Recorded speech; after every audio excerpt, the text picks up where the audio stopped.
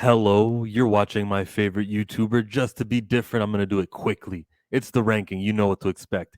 Giving an A, maybe a B to WandaVision. This would have been lower, but the rest of the MCU was the rest of the MCU. Falcon Vision, they get a A. I loved this. 6 episodes was not a hindrance. Probably the highlight of the TV shows. We'll see. Black Widow, man, where does this go? I'm going to give Black Widow a C. It did get hurt because it took place in that time period. We knew the character was going to die. And so that just, takes the suspense out of, was she going to die or not? Nothing really else to critique about. The jokes, some of the jokes were good by Red Guardian and whatnot. Loki is a D for me, especially that Lomantis episode 3. Final episode was good. Kang is good.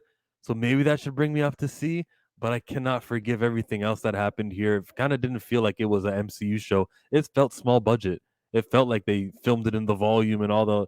It felt small budget, small budget. Shang-Chi, I'm going to give this, let's see, and A. Oh, my dumbass thought this was WandaVision. My bad. Hold on. WandaVision is this one. Okay. Shang-Chi, I'll give that an, let's see here. Not going to give it an A. I'm not going to give it an A, even though the fighting was amazing. It's just missing that one little. No, let's give it an A. What the hell?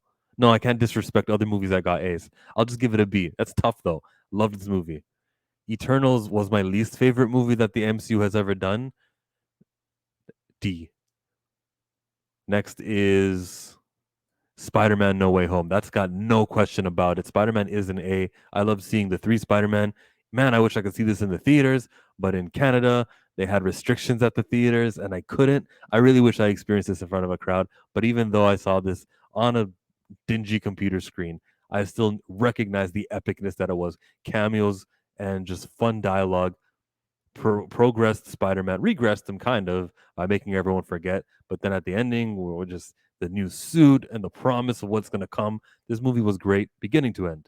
Hawkeye, man, that show would have started here at B. It went down to C, and we'll keep it at C. I cannot forget the Pym particles, how that arrow expanded. We thought it was going to shrink. There was a lot of cool moments. I'm not too mad at Kate Bishop. She's a cool character. It attached some other people too. So the Kingpin surprise, it had its ups and downs. So it wasn't a terrible show. It was just that was your finale. Man. The what if stuff is not canon. The Captain Carter didn't even show up in the Doctor Strange movie. Moon Knight. This would have been here at B. It probably goes down to the C territory. Nope, it's not. It's a D. Doctor Strange. You get an A.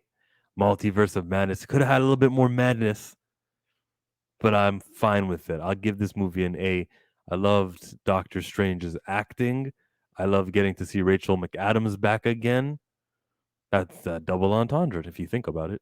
Anyways, Ms. Marvel. First episode had me at A. Second and third episode, okay, this is a B show.